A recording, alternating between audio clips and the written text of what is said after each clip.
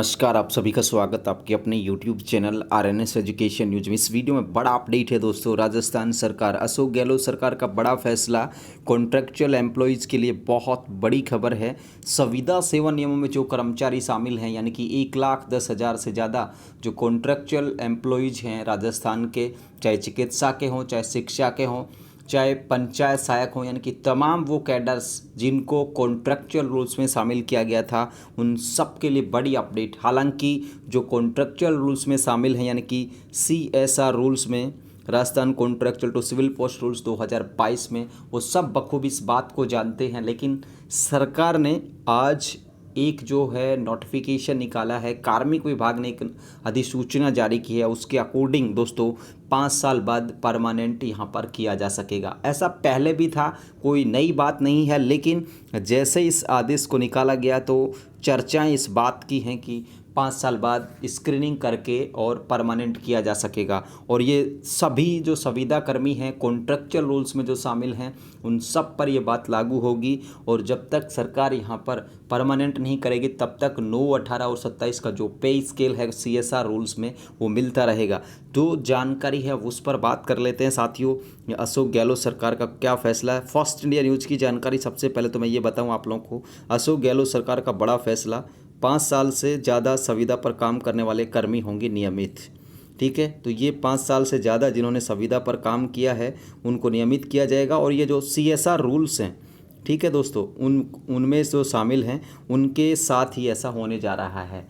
जो कॉन्ट्रैक्चुअल नियमों से बाहर हैं उनके लिए ऐसी कोई व्यवस्था नहीं है कि जैसे उनको 5 साल हुए तो उनको परमानेंट कर दिया जाएगा। ऐसा बिल्कुल भी नहीं है, क्योंकि मीडिया बहुत सारी चीज़ों को इस तरीके से बताता है वाहवाही के तौर पर, जो लगता है कि हाँ यार ये ऐसा होने जा रहा है। तो ये देख सकते हैं दोस्तों, सालों से संविदा पर काम कर रहे कर्मचारियों को बड़ी यहाँ पर राहत मिली है। कार्मिक विभाग ने इन संविदा कर्मियों के स्थायीकरण के लिए कमेटी गठन की अधिसूचना जारी करने के साथ साथ ही नियम जारी कर दिए हैं। और नियम जो किए हैं दोस्तों, वो IAS पैटर्न का जो रूल्स यहाँ पर बनाया गया है, यानी कि पहले आपने मान लीजिए 6 साल काम कर लिया, 3 साल काम कर लिया, तो वो सेवा आप लोगों की जाया नहीं जाएगी। इसका मतलब ये है, अगर आपने 3 साल काम किया है तो आपको 1 साल का जो अनुभव जो है वो जुड़ जाएगा। और इस तरीके से जब आप 5 साल आप लोगों के पूरे होंगे तो CSR रूल्स के अकॉर्डिंग जो है आप लोगों को यहाँ पर अनुभव का वेटेज दिया जाएगा। और 5 साल जैसे होगी तो एक स्क्रीनिंग कमेटी होगी, उस स्क्रीनिंग कमेटी में आप लोगों के जो अधिकारी हैं, ACS, फाइनेंस डिपार्टमेंट, DOP और संबंधित विभाग का HOD, ये सारे के सारे शामिल होकर के आप लोगों की स्क्रीनिंग करेंगे और उसके बाद परमानेंट किया जा सकेगा।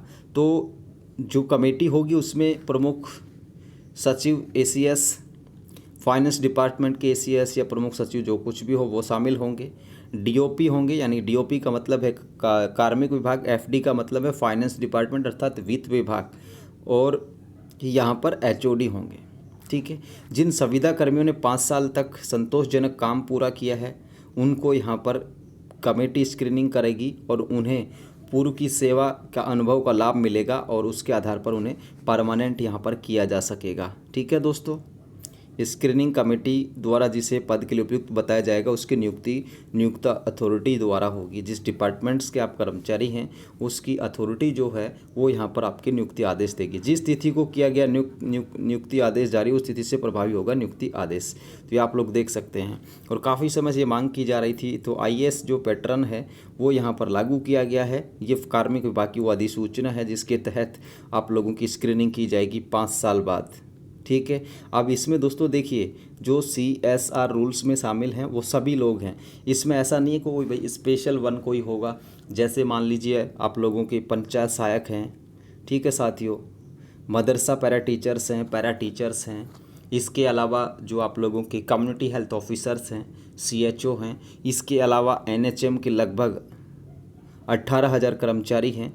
ठीक है, जिसमें सारे के सारे लोग आ गए हैं, staff nurse, ANM, GNM, pharmacist, counsellor वगैरह, प्रोग्राम ऑडिटर वगैरह, सब कुछ यहाँ पर, कंप्यूटर ऑपरेटर वगैरह जो NHM के तहत नियुक्त किए थे। 18,000 की संख्या इनकी है।